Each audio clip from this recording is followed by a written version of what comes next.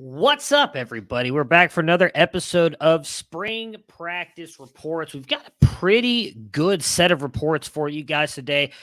As I mentioned on Friday's show, we have a ton of schools kicking off. Today's the 6th, 7th. We've got even more, including Ohio State, Mississippi State. I believe it's like 8 more schools kicking off.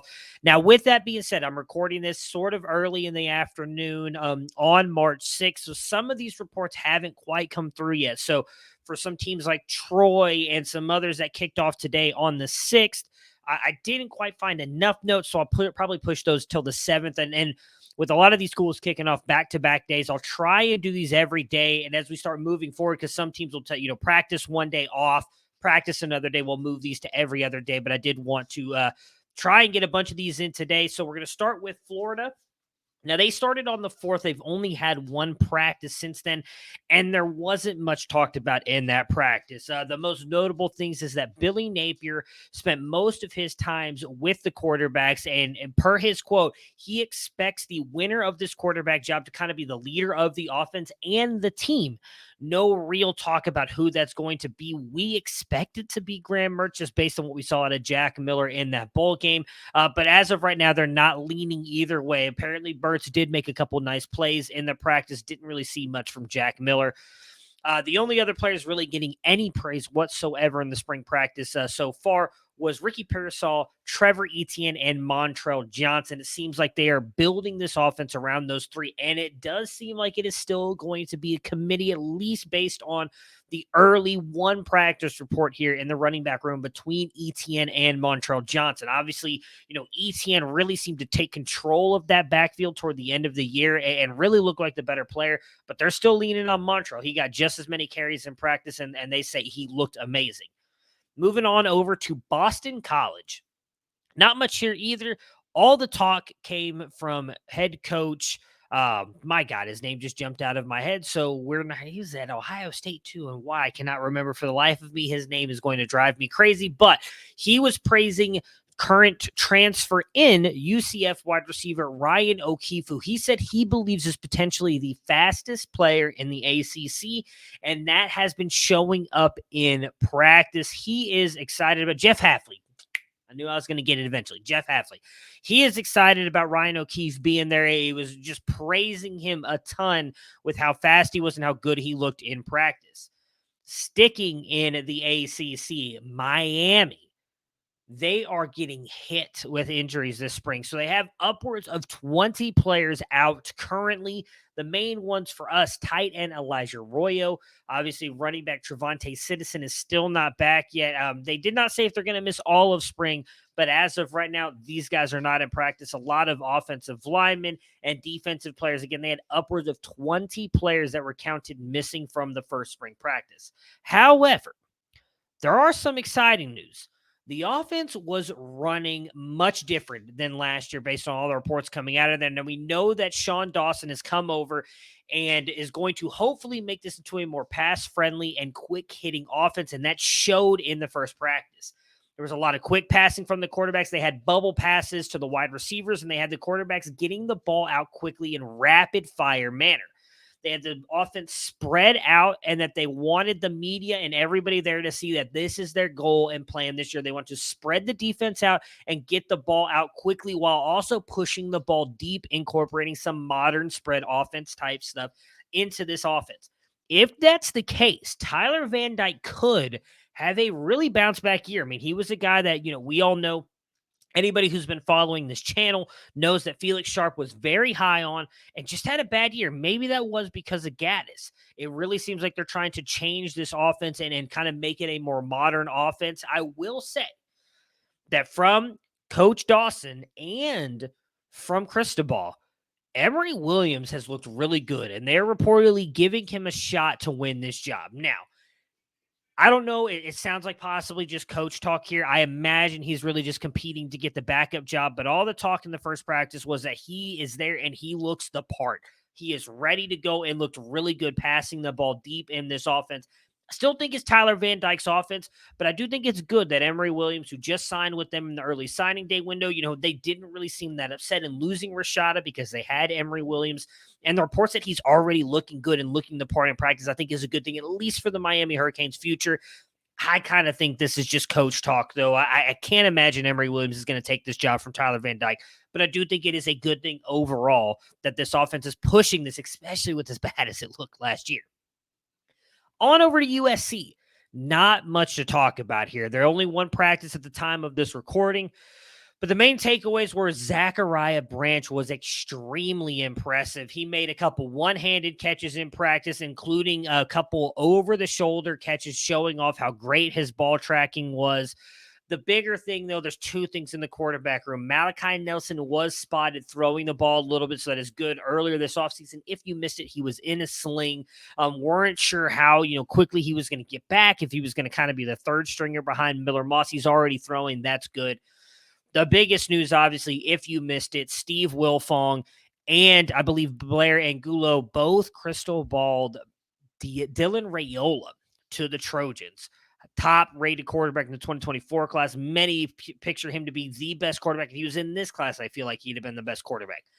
We'll see if he actually goes there. That'll be big news for something to track later on down the line. But obviously, if that's the case, I mean, that's going to be an interesting battle for the Trojans with Nelson and Raiola in the future. Moving on over to North Carolina, Drake May looked great. They said he looked relaxed. Obviously, we know how good he is. Looked really good. But here's the interesting thing. We loved Connor Harrell last year as the quarterback to probably be the future there once Drake May moves on. Only one practice in, but true freshman Tad Hudson was reportedly having the best passing day out of the three quarterbacks and had some passes that had not only the coaches, but the fans and the media in attendance saying, wow. We'll see what happens. We did not write him up for the guide, but he is apparently at least one practice in being very impressing the coaches and everybody there. For the running backs, we know this is going to be a very intriguing running back battle with everybody there. Pettaway and Hampton apparently both looked really good. Pettaway looked the best in this practice, did get a handful of not only more impressive runs, but actually some catches as well. They did say that Green looked well as well, but if they had to rate the three, it would have been Pettaway, Hampton, Green in that order. The wide receiver room, I know this is going to make some of our group here, as they are calling him Devontez Walker, they said is going to be a serious problem for ACC defenses. He looked incredible, and they had him in the slot a ton. Dre did also looked pretty good, and they said, Gavin Blackwell was in the slot. Dre looked pretty good on the outside as well, and they said Gavin Blackwell looked pretty good as well, likely going to be the third option there, but he had a couple dropped passes, which is going to be big. He's got to hold on to the ball if he wants to hold on to that starting job. Boise State, Talon Green, the true freshman last year who came on late in the season, switched his number to 0, which is actually kind of interesting to me. But he has taken a more mind approach, the mind part of the game approach this offseason, trying to study tape more often and learning how to call plays out. Latrell Caples, who seems to be the beneficiary of that, they've been working together and watching more tape. Connected on a couple deep passes today. He has praised Green and what he's done in the film room this offseason. Could be an interesting duo there at Boise State, knowing that Green is now going to be the starter there. And, of course, our guy Ashton Gianti, they raved about, said he looked explosive in practice. This is, you know what, I'm going to save the Texas for the big. I've got a lot of Texas stuff. Thank God, right, for Texas. One of the teams that, I mean, they're covered very well, obviously being a big name, but like they put all their stuff out there. It's very easy to find information on. Going up to Washington, Penix looked good. Water is wet. He was actually connecting a lot more with Jalen Polk in this practice. The tailback who was getting the most run with the ones was Cameron Davis. Now, this was all a non-pad practice in the first practice, so a lot of this stuff, obviously, Penix and them, none of them were in pads, but Cameron Davis was the one with the ones. Going over to Florida State, Winston Wright was apparently the most impressive performer on the day. He was routinely getting separation in one-on-ones and had a couple nice catches over the middle. I'm going to butcher this guy's names, but Kentron Poitzer also looked very smooth. They said that his size and athleticism showed up really well. He was really good at controlling the ball in the air, had a couple really good drills. The best quarterback on the day, though, was A.J. Duffy. They said he looked the best. Now, this is not a quarterback battle. Jordan Travis is going to be the guy. But I do think it's a good thing for the Florida State Seminoles' future that A.J. Duffy was looking good. And I have to shout out Vandrevius Jacobs apparently was extremely impressive in his first day. They said he looked very controlled, a lot of attacking the ball in the air and catching it, and adjusted it when the ball went up. He went up and got it. They said he was playing bigger than his listed 175. But we have to go over to Texas.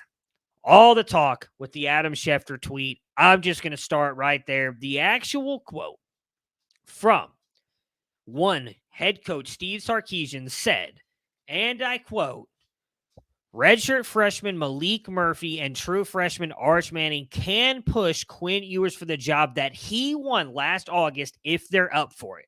Not Arch Manning and Quinn Ewers are battling for the starting quarterback job. So avoid the clickbait. I posted that out there. It's really not that hard to find. You can go to 247sports.com. Steve Sarkisian gave an interview. That's the literal quote right there. So it is not necessarily that Arch is battling Quinn for the job. Arch and Malik Murphy are going to be pushing Quinn to possibly try and get the job. I hate clickbait. It's really annoying. That's the actual quote. So hopefully that puts a little bit more perspective in this. Clearly, this is Quinn's job, at least as of right now. Everything from what we've heard day one here is that he looked really good. Impressive in the window that they were out there. Had a couple really good passes over the middle to Xavier Worthy and Jordan Whittington, and actually connected with not only Adonai Mitchell, but Jonte Cook deep as well. Really good passes. They said he looked impressive out there. You could see it looked like the guy they saw early on last year. Isaiah Nayor did not participate today. He is still recovering from the torn ACL. That is not good. You would hope that he was ready to go out there. We're about 12 months removed. He tore it, obviously, in spring camp last year, but we'll see what happened. Cook, Moore, and Whittington were catching everything in their drills. Both Worthy and Adonai Mitchell were the only ones who suffered drops in this practice. And I'm going to address something with Worthy here in a minute. Arch Manning ran with the second team as Malik Murphy is not throwing right now. Hopefully they said that he'll be ready to go in the next couple days. Did not say what was going on with him. Adonai Mitchell was running with the twos as well, and him and Arch connected on a couple really deep passes. Jonathan Brooks is still recovering from hernia surgery, so Jadon Blue got the first rep. Cedric Baxter followed him by Savion Red, and then Keelan Robinson was the last guy in that thing. Now, they said he was late to practice. Maybe that's why. But reports were that both Cedric Baxter and Jadon Blue looked really good running with the ones. Again, Jonathan Brooks probably the number one there, but is still recovering from hernia surgery. Xavier Worthy. Reports are, this is from Sark in that same interview where he talked about Arch and Malik Murphy being behind Quinn but can't push him for the job. He did say that Xavier Worthy was playing with a broken hand last year. So maybe that is why he suffered so many drops. Let's cut him a little bit of slack based on that. I've had a broken hand before. I know how difficult that is. That could be why he suffered the kind of slow step back last year. Don't want to give him cut him a complete slack here. But I do think that's a big deal that he was playing with a broken hand. The quote was he was playing with a broken hand for almost all of 2022, and that is why Sark believed he struggled with drops, especially in crucial parts in the game. So let's cut him a little bit of slack there. It's all the spring notes that I have for you guys today. I'm going to start putting these in article forms as well, so you guys can read these on the website. All of them will come together at the end of the week for a podcast session as well. And I will be back on Tuesday to kind of cover the other teams that started on the 6th that didn't have any notes up, and some on March 7th. Thank you guys so much for checking this out. Hit that like button, subscribe to the channel so you don't miss any of this content. We'll be back again tomorrow.